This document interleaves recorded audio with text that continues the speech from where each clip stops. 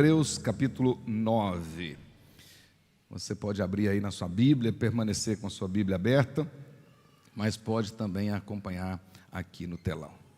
Diz assim a palavra de Deus: Ora, a primeira aliança também tinha preceitos de serviço sagrado e o seu santuário terrestre. Com efeito, foi preparado o tabernáculo, cuja parte anterior, onde estavam o candeeiro e a mesa e a exposição dos pães, se chama o santo lugar. Por trás, o segundo véu, se encontrava o tabernáculo que se chama Santo dos Santos, ao qual pertencia um altar de ouro, para o incenso, e a arca da aliança, totalmente coberta de ouro, na qual estava uma urna de ouro contendo o maná, o bordão de Arão que floresceu, e as tábuas da aliança. E sobre ela, os querubins de glória, que com a sua sombra cobriam o propiciatório. Dessas coisas, todavia, não falaremos agora, pormenorizadamente.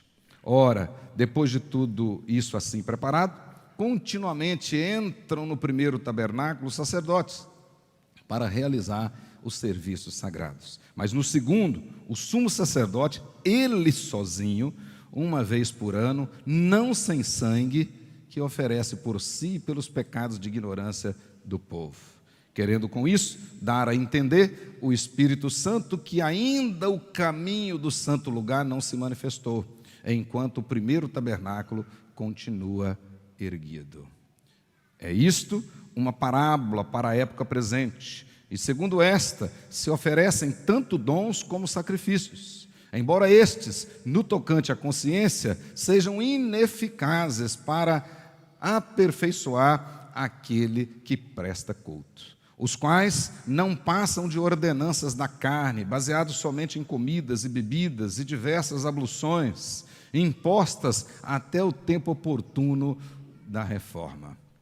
Quando, porém, veio Cristo como sumo sacerdote dos bens já realizados, mediante o maior e mais perfeito tabernáculo, não feito por mãos, quer dizer, não desta criação, não por meio de sangue de bodes e de bezerros, mas pelo seu próprio sangue, entrou no Santo dos Santos, uma vez por todas, tendo obtido eterna redenção.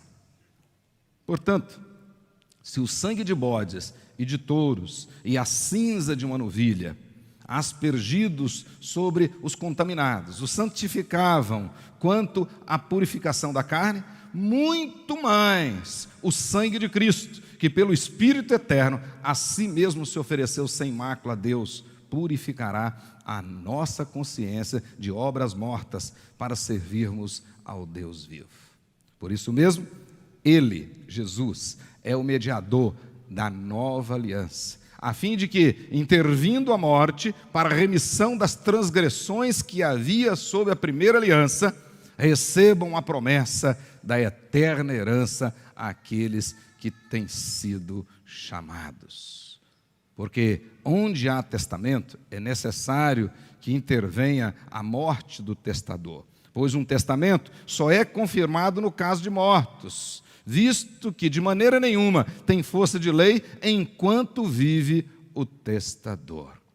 Pelo que nem a primeira aliança foi sancionada sem sangue, porque havendo Moisés proclamado todos os mandamentos segundo a lei, a todo o povo, tomou o sangue dos bezerros e dos bodes com água e lã tinta de escarlate e sopo, e aspergiu não só sobre o próprio livro, como também sobre todo o povo, dizendo: este é o sangue da aliança, a qual Deus prescreveu para vós outros. Igualmente, também aspergiu com sangue o tabernáculo e todos os utensílios do serviço sagrado. Com efeito, quase todas as coisas, segundo a lei, se purificam com sangue, e sem derramamento de sangue não há remissão. Era necessário, portanto, que as figuras das coisas que se acham nos céus se purificassem com tais sacrifícios. mas as próprias coisas celestiais com sacrifícios a eles superiores. Porque Cristo não entrou em santuário feito por mãos, figura do verdadeiro, porém no mesmo céu, para comparecer agora por nós diante de Deus. Nem ainda para se oferecer a si mesmo muitas vezes, como o sumo sacerdote cada ano entra no Santo dos Santos com sangue alheio. Ora, neste caso, seria necessário que ele tivesse sofrido muitas vezes desde a fundação do mundo. Agora, porém, ao se cumprirem os tempos, se manifestou uma vez por todas para aniquilar, pelo sacrifício de si mesmo, o pecado. E assim, como aos homens está ordenado morrerem uma só vez, vindo depois disto o juízo, assim também Cristo, tendo-se oferecido uma vez para sempre, para tirar os pecados de muitos, aparecerá segunda vez, sem pecado, aos que o aguardam para a salvação. Amém, queridos irmãos? Pai querido, em nome de Jesus, abençoa-nos com a Tua palavra nessa noite, a respeito do precioso sangue de Jesus. Sê conosco, ó Deus, dê a nós todos quietude necessária, reverência necessária, para podermos agora receber a palavra do Senhor, e que esta palavra encontre um lugar em cada coração. Faça bater em retirada toda obra do inferno, tudo aquilo que não agrada ao Senhor, e que o Espírito Santo do Senhor, o mesmo que inspirou esta palavra, esteja agora iluminando o nosso coração e mente, para tirarmos proveito da palavra santa. Em o nome de Jesus, para a honra e glória de Jesus.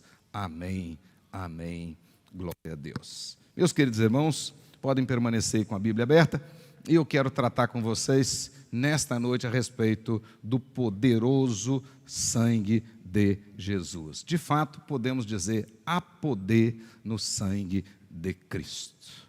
Nosso texto na carta aos Hebreus, e não há dúvidas para nós que de fato a carta aos Hebreus, em muitos sentidos, é o grande enigma do Novo Testamento. Nós não podemos afirmar com a certeza quando essa carta foi escrita, a quem ela foi escrita e quem a escreveu. Orígenes de Alexandria, ainda no segundo século, ou seja, ainda no segundo século, ele já dizia que só Deus sabe quem escreveu a carta aos Hebreus. Então, qualquer conjectura é mera especulação.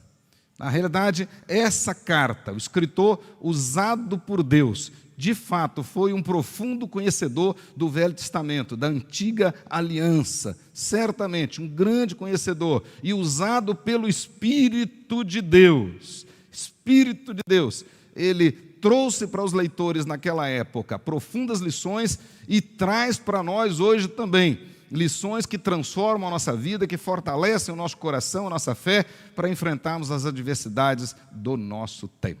Embora esse autor da carta aos Hebreus não tenha rosto e nem nome, certamente tem voz, e a voz inspirada pelo Espírito Santo, com lições poderosíssimas para todos nós, ainda hoje. Principalmente lições a respeito da superioridade da pessoa de Cristo, da obra de Cristo e da superioridade da nova aliança, da nova e eterna aliança e do Redentor o mediador desta aliança.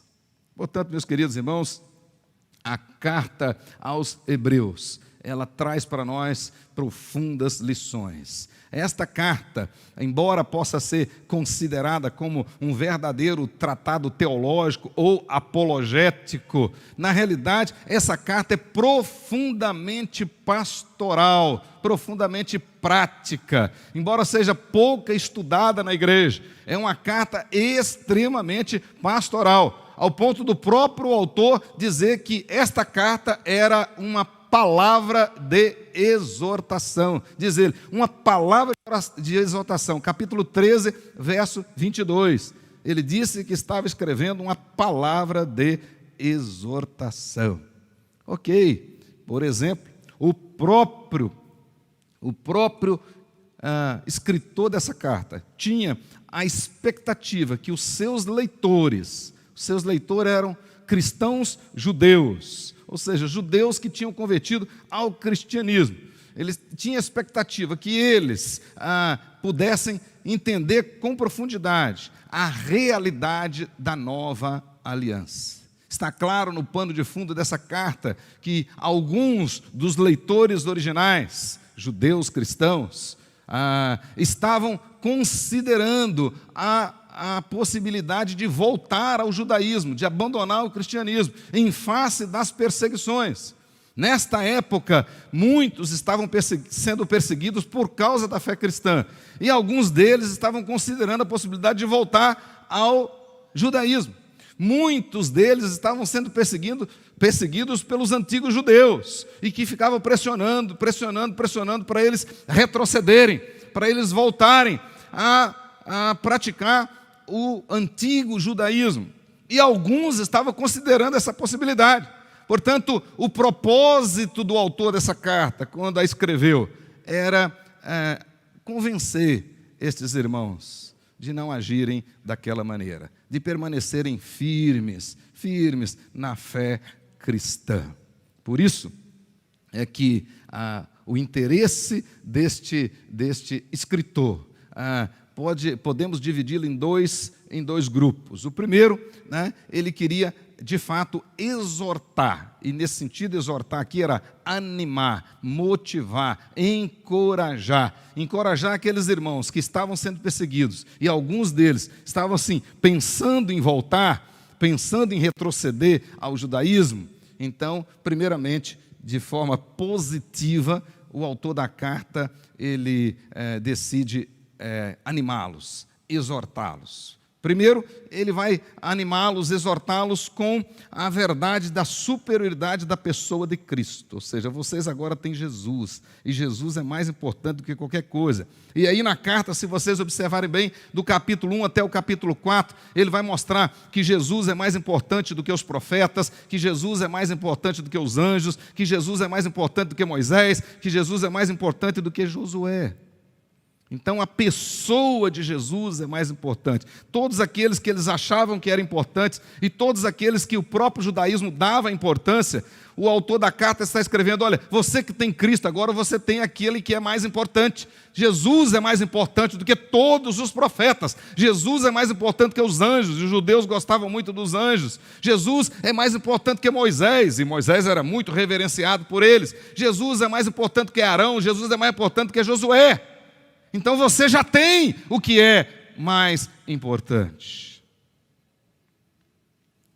Nessa mesma toada, o autor da carta exorta também os seus leitores originais a continuarem firmes na fé cristã, em face da suficiência e da supremacia da obra de Cristo. Além da pessoa de Cristo ser mais importante, ele vai argumentar também que a obra de Cristo é mais importante. Aí do capítulo 4, versículo 14, até o capítulo 10, versículo 18, essa grande seção aí, está falando da obra de Cristo, está falando de Jesus como mediador da nova aliança. E ele vai dizer então que a obra de Cristo, que inaugurou essa nova aliança, é muito mais importante, muito mais importante. E aí ele vai dizer, assim como a antiga aliança foi inaugurada e selada com sangue, a nova também, só que a antiga foi com sangue de bezerros, de bodes, de animais. A nova é com o sangue de Jesus, que é incomparavelmente maior e melhor e mais eficaz. Ele vai fazer esse argumento. Então, a obra de Cristo foi mais relevante. A obra de Cristo, ela é suficiente, ela é eficaz. Então ele vai dizer que o sacerdócio de Cristo é maior do que o sacerdócio de Arão, ou seja, a ordem de Jesus é maior do que a ordem de Arão. A ordem de Arão, a ordem levítica, é menor do que a ordem de Melquisedeque. Então, Jesus é da ordem de Melquisedeque, é incomparavelmente maior do que Arão. Então, ele é sumo sacerdote acima de todos os sumos sacerdotes, porque a ordem dele é maior. Ele vai argumentar isto. Ele vai dizer que a glória da nova ordem, da nova aliança é maior, ela é perfeita, portanto ela é eficaz, ela é eterna. Vai deixar isso claro. Mas também, ainda nesse aspecto da exortação, O autor, além de exortar, de animar os cristãos a não retrocederem, a permanecer bem firmados na fé, né? Porque a pessoa de Jesus é melhor e é mais importante, porque a obra de Jesus é maior e é eterna, é suficiente. Ele também vai dizer o seguinte, que nós devemos continuar firmes. Por quê? Porque somente através da fé em Cristo nós temos a salvação. Então ele vai dizer e vai ensinar que a fé é imperativa para a salvação. Sem fé ninguém agradará a Deus. E aí ele vai argumentar do capítulo 10, verso 19, até o capítulo 13, verso 17, a respeito da fé. Ele vai dizer daqueles que vieram antes e viveram pela fé. No poderoso capítulo da fé, o capítulo 11, ele vai colocar 16 personagens lá, homens e mulheres, que viveram pela fé e que, a despeito de terem sido perseguidos, a despeito de terem sido cerrados ao meio, decapitados, de terem sido presos, jogados aos leões, viveram de maneira digna, que o mundo não foi digno deles. Permaneceram firmes na fé, a ponto de dizer, nós somos da fé, então nós não retrocedemos. Resultado, o escritor está animando os crentes com a pessoa de Jesus, com a obra de Jesus e com a fé em Cristo Jesus. Jesus é o objeto da nossa fé. Nós caminhamos olhando para Ele, é assim que começa o capítulo 12, olhando para o autor e consumador da fé. Então o autor e consumador da fé é Jesus. Jesus, não Abraão. Abraão é o pai dos que têm fé, e nós andamos olhando para o autor e consumador da fé. Pois bem, mas no segundo aspecto da carta, o autor vai usar agora para admoestar, para chamar a atenção mesmo, para admoestar. Então é função do pastor, do pregador, além de exortar, né? Então o pastor fala de prosperidade, mas também puxa as orelhas, chama atenção. Ele traz exortação, mas ele também tem que trazer admoestação. Então, na realidade, a gente não pode só massagear o ego, temos que também chamar a atenção e dizer, olha, está errado, olha para aqui, tome cuidado, olha os perigos que tem aí. E o escritor dessa carta também chama a atenção dos seus leitores. Ele chama a atenção dos seus leitores quanto ao perigo da negligência. Você pode observar, capítulo 2, versículos de 1 a 4, ele está falando da negligência. Muitas vezes somos negligentes, e os leitores originais, muitos deles, e principalmente aqueles que estavam pensando em retroceder, na verdade estavam sendo negligentes. Negligentes no estudo, negligentes no desenvolvimento da sua fé, negligentes no aprofundamento da sua fé. Então o escritor chama a atenção deles. Cuidado, negligência é um perigo. Mas se vocês observarem do capítulo 3, verso 7 até o versículo 14, ele vai falar também do perigo da incredulidade, do perigo da desobediência. O diabo, dia após dia, tenta lançar dúvidas, e a dúvida não procede da fé, e se não procede da fé, ela gera incredulidade. E você vai então dando ouvidos às coisas que estão à direita, à esquerda, e vai esfriando, e vai perdendo o foco. E ele então chama a atenção destes irmãos. Mas ele chama a atenção também, aí no capítulo 5, versículo 11, até o capítulo 6, verso 20, em relação ao perigo da indolência. Em outras palavras, o perigo da preguiça espiritual. E no nosso tempo, nós temos muitos cristãos preguiçosos, animados para muitas outras coisas e desanimados para as coisas de Deus, e principalmente desanimados para o estudo da palavra de Deus, para o estudo da Bíblia Sagrada. Nós confessamos que a Bíblia Sagrada, ela revela para nós quem é Deus e qual é a vontade de Deus para nós. Portanto, o cristão, para crescer no conhecimento de Deus e na obediência à vontade de Deus, tem que conhecer e prosseguir no conhecimento da palavra de Deus. Então não tem como desenvolver na fé sendo preguiçoso e espiritual. E o escritor da carta, nesta sessão aí, ele chama atenção, ele está admoestando, tome cuidado com a indolência, toma cuidado com a preguiça espiritual. né? Faça aí uma análise do seu mundo interior, tira coisas que não precisa, etc. Tal. Tem um monte de coisa, tem um monte de penduricalhos aí na sua vida, né? Que só servem para te atrapalhar. Muitas dessas coisas necessariamente não são pecados, mas como diz o próprio escritor no capítulo 12, elas atrapalham a gente nessa corrida da fé. Então a gente tem que desembaraçar disso, tem que tirar. Então diminua, desapegue, para você realmente crescer na graça e no conhecimento de Jesus Cristo. Mas ele traz aí também, claramente, um outro perigo, o perigo da falta de comunhão, capítulo 12, verso 15 a 17, ele vai deixar claro para nós, né, o perigo da falta de comunhão. Esse foi um detalhe e nós hoje, de certa forma, sofremos disso em virtude da pandemia. A pandemia que fez com que as pessoas se espalhassem, que as pessoas ficassem em casa e que não pudessem congregar, não pudessem reunir e tudo, e muitas pessoas continuam gostando de não congregar. Mas a Bíblia diz, e aqui na carta aos Hebreus mesmo, não deixeis de congregar como é costume de alguns. Muitos daqueles que estavam pensando em retroceder porque não iam mais à igreja, não congregava mais, não buscava a comunhão dos santos, não participava da ceia, juntos. E aí sozinho enfraqueciam. E na cabeça deles passava a ideia de voltar ao judaísmo. Então tome cuidado. Busque a comunhão dos santos. Ele está admoestando a igreja. Nós precisamos. A comunhão dos santos faz parte da essência da igreja. Não tem como existir igreja só no YouTube. Os que estão em casa agora, na realidade, pela necessidade, em muitas coisas, você pode estar nos acompanhando aqui, depois repassar toda essa mensagem, o culto, etc. Mas isso não substitui o culto aqui, não substitui o ato de congregar, absolutamente não substitui. Porque nós somos um corpo. E a força do corpo está nos seus membros.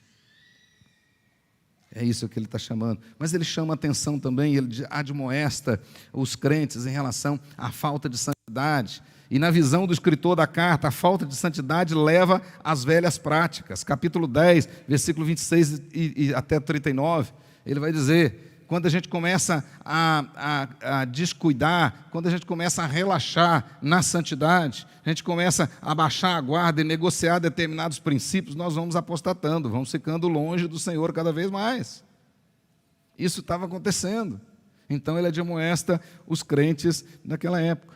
E por último, a sexta admoestação aí é em relação a não dar ouvidos a Deus. Capítulo 12, versículo 25 a 29, né? Você dá ouvidos às vozes do mundo e não fica prestando atenção no que Deus está falando. Né? E aí você vai realmente retroceder.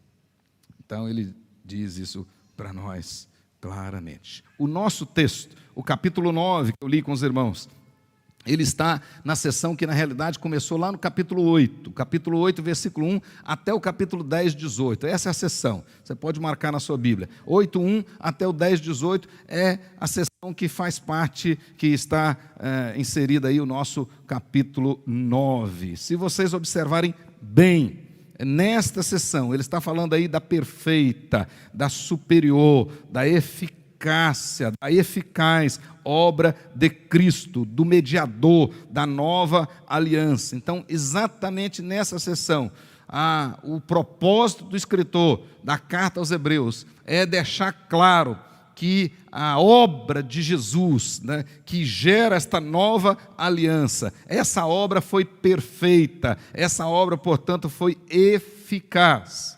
E vê-se claramente na sessão inteira, mas principalmente no nosso capítulo 9, pode olhar aí na sua Bíblia, que a palavra-chave, o fio de escarlate que perpassa toda a sessão, mas principalmente o capítulo 9, a palavra é sangue. Sangue. Na tela, todas as vezes que apareceu a palavra sangue, eu coloquei de vermelho. E se você contar, aparece 12 vezes só no capítulo 9.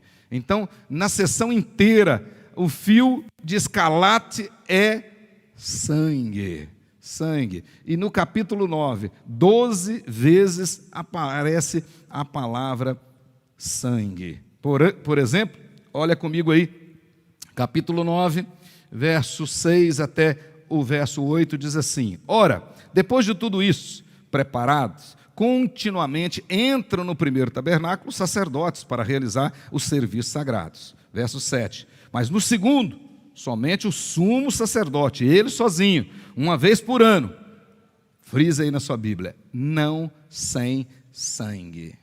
Então, o sumo sacerdote, para entrar no Santos dos Santos, ele tinha que entrar com sangue de animais, mas ele tinha que entrar com sangue, que oferece por si e pelos pecados de ignorância do povo, querendo com isso dar a entender o Espírito Santo que ainda o caminho do santo lugar não se manifestou, enquanto o primeiro tabernáculo continua erguido.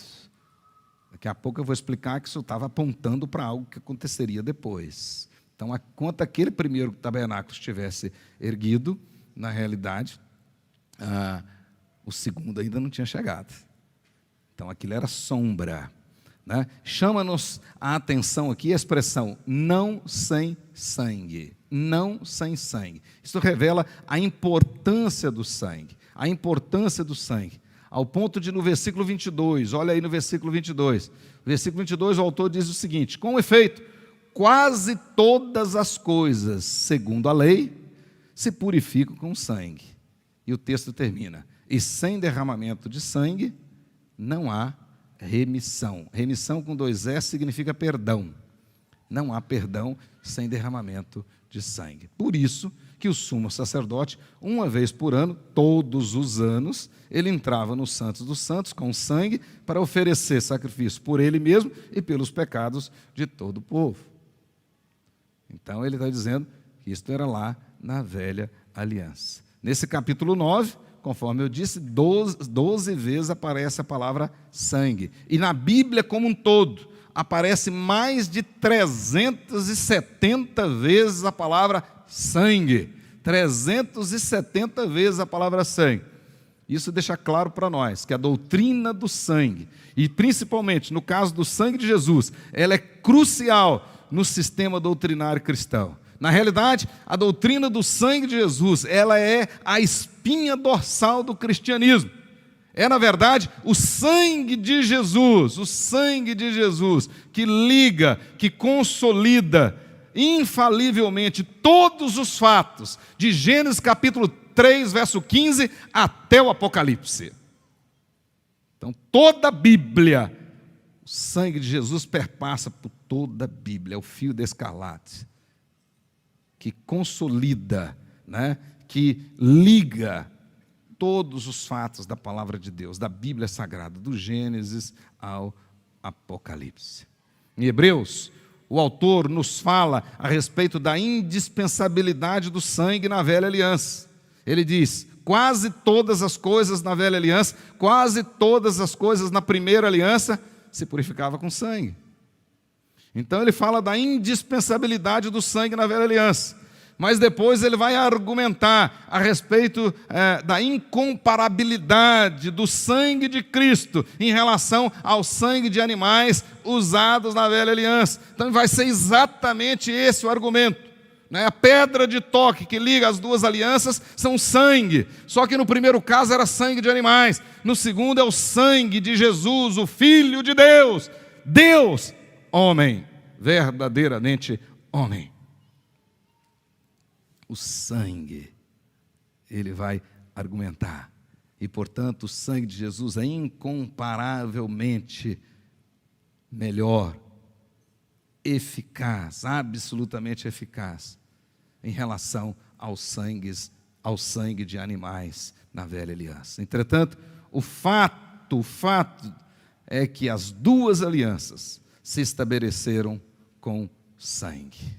As duas. Quando Moisés já tinha recebido as leis e agora o tabernáculo já estava pronto, ao estabelecer a aliança, quando ele chama o povo para o pacto, para o compromisso, o texto que eu li diz que ele ungiu todas as coisas, o próprio livro, o próprio tabernáculo, estabeleceu a primeira aliança com sangue, a segunda e eterna aliança com sangue, e daqui a pouco nós participaremos desse memorial, com sangue, o sangue de Jesus. Por isso que a Bíblia diz, sem derramamento não há remissão. De fato, Deus não tinha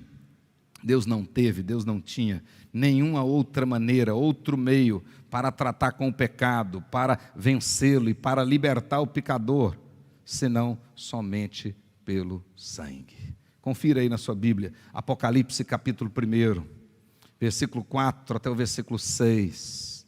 Diz assim a palavra do Senhor: graça e paz a vós outros, da parte daquele que é, que era e que há de vir, da parte dos 7 Espíritos que se acham diante do seu trono, e da parte de Jesus Cristo, a fiel testemunha, o primogênito dos mortos e o soberano dos reis da terra, àquele que nos ama, e olha o que o texto diz, e pelo seu sangue nos libertou dos nossos pecados, e nos constituiu reino, sacerdotes para o seu Deus e Pai. A Ele a glória, o domínio pelos séculos dos séculos. Amém. Pelo seu sangue nos libertou dos nossos pecados. Não tinha outra maneira de Deus nos libertar dos nossos pecados, daquela conta ser paga, se não fosse pelo sangue de Jesus Cristo, o poderoso sangue de Jesus. Não tinha, não teve. O autor aos Hebreus caminha para o encerramento dessa sessão, ensinando que todo cerimonial e o uso do sangue na antiga aliança, pela necessidade da sua constante repetição, mostrava claramente a sua ineficácia e apontava para uma outra realidade. O que o autor está explicando para nós aí no capítulo 9, pelo simples fato de todo ano o sumo sacerdote ter de repetir aquilo, isso deixava claro que aquele simbolismo era ineficaz, e aquilo então estava apontando para o que viria de forma definitiva. Então ele vai dizer que todo cerimonial e o próprio uso do sangue de animais na velha dispensação apontava na realidade para o sangue poderoso de Jesus Cristo, para a nova aliança. Então ele vai explicar exatamente isto. Olha aí nos versículos 23 do nosso texto, capítulo 9. Era necessário, portanto, que as figuras das coisas que se acham nos céus se purificassem com tais sacrifícios, mas as próprias coisas celestiais com sacrifícios a eles superiores. Então está mostrando aquilo era sombra. Verso 24, porque Cristo não entrou em santuário feito por mãos, figura do verdadeiro, porém no mesmo céu, para comparecer agora por nós diante de Deus, nem ainda para oferecer a si mesmo muitas vezes, como o sumo sacerdote, cada ano entra no Santo dos Santos, com sangue alheio. Cada ano o sumo sacerdote entrava no Santo dos Santos com sangue alheio, ou seja, o sangue de animais, de bodes, de bezerros, etc. Mas olha o que o texto diz. Ora, neste caso, seria necessário que ele tivesse sofrido muitas vezes desde a fundação do mundo. Agora, porém, ao se cumprir os tempos, se manifestou uma vez por todas, para aniquilar, pelo sacrifício de si mesmo, o pecado. O que Jesus fez de uma vez por todas. De uma vez por todas. Então você pode tirar aí da sua mente aquele peso de consciência que você tem que fazer isso, fazer aquilo, aquilo outro. Não, Jesus já pagou. Já fez. Ninguém, nenhum de nós conseguirá superar o sacrifício de Jesus. E nem precisa, porque ele foi eficaz, ele foi suficiente.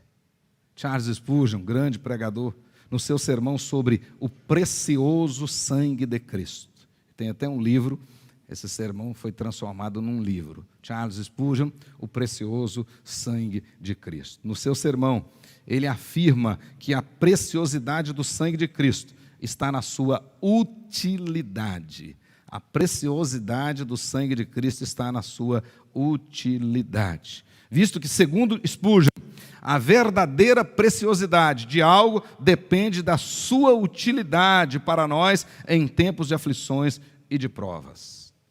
Por exemplo, qual seria o valor de um saco de ouro para um andarilho perdido no meio do deserto ao meio-dia?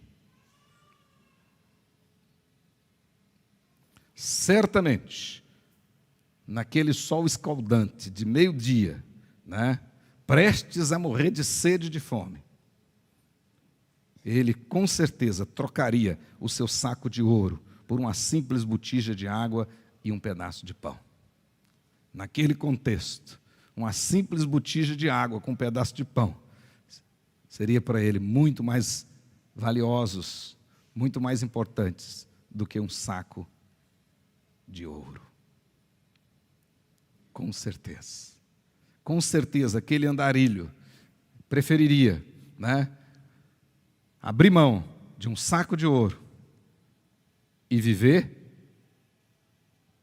do que abrir mão de uma botija de água e um pedaço de pão e morrer. Então, a preciosidade de algo está na sua utilidade. Spurgeon dizia que isso não pode estar de acordo com a política econômica, mas está de acordo com o bom senso. Pode não ter lógica economicamente você trocar um saco de ouro por uma botija de água e um pedaço de pão, mas está de acordo com o bom senso. É melhor viver do que morrer. Então, no caso do ser humano, do homem, do descendente de Adão, só o sangue de Cristo pode livrá-lo. Então não adianta você ter tudo nesse mundo e não ser alcançado pelo sangue de Jesus. Por isso que o sangue de Jesus é a maior preciosidade que o ser humano pode ter. Por isso que o sangue de Jesus é precioso. Precioso sangue de Jesus. A Bíblia diz que sem sangue não há perdão. E sem perdão, ninguém entra no céu. Ninguém entra no céu. Sem o verdadeiro perdão, ninguém agrada a Deus. Ninguém. Continua morto nos seus delitos e pecados. Continua longe do Senhor, de costas para o Senhor. Então, o que adianta o homem, ter muitos bens? O que adianta o homem angariar todos os bens possíveis e perder a sua alma? Naquela parábola que Jesus contou do homem que plantou muito e naquele ano, maravilhosamente ele colheu bastante, ao ponto de precisar de aumentar os seus celeiros. E ele aumentou os seus celeiros e encheu todos eles ficaram abarrotados. E de repente o orgulho chegou ao seu coração e ele bateu no peito e disse: regala-te, alma, porque o que tens preparado serve e você não precisará de mais nada. E de repente uma voz diz: louco, o que tens preparado, para quem será? O que adianta ter os celeiros cheios e não ter a alma lavada no sangue do Cordeiro? Porque João, lá no Apocalipse, ele viu que no céu só entram os que forem lavados no sangue do Cordeiro. Precioso sangue do Cordeiro. A Bíblia diz claramente, dentre os muitos benefícios do sangue do Cordeiro, a Bíblia diz que pelo sangue do Cordeiro nós somos justificados. Romanos 5, 8, 9. Deixa claro que o sangue de Jesus, é nele que nós temos a justificação. A Bíblia diz que no sangue de Jesus nós somos reconciliados com Deus. Antes de sermos lavados no sangue, nós estávamos longe, éramos inimigos. O sangue de Jesus nos reconciliou com Deus. A Bíblia diz claramente que o sangue de Jesus nos purificou. 1 João 1,7 diz que o sangue de Jesus nos purifica de todo pecado. A Bíblia diz também claramente que é no sangue de Jesus que nós temos a verdadeira santificação. Hebreus capítulo 13, verso 12.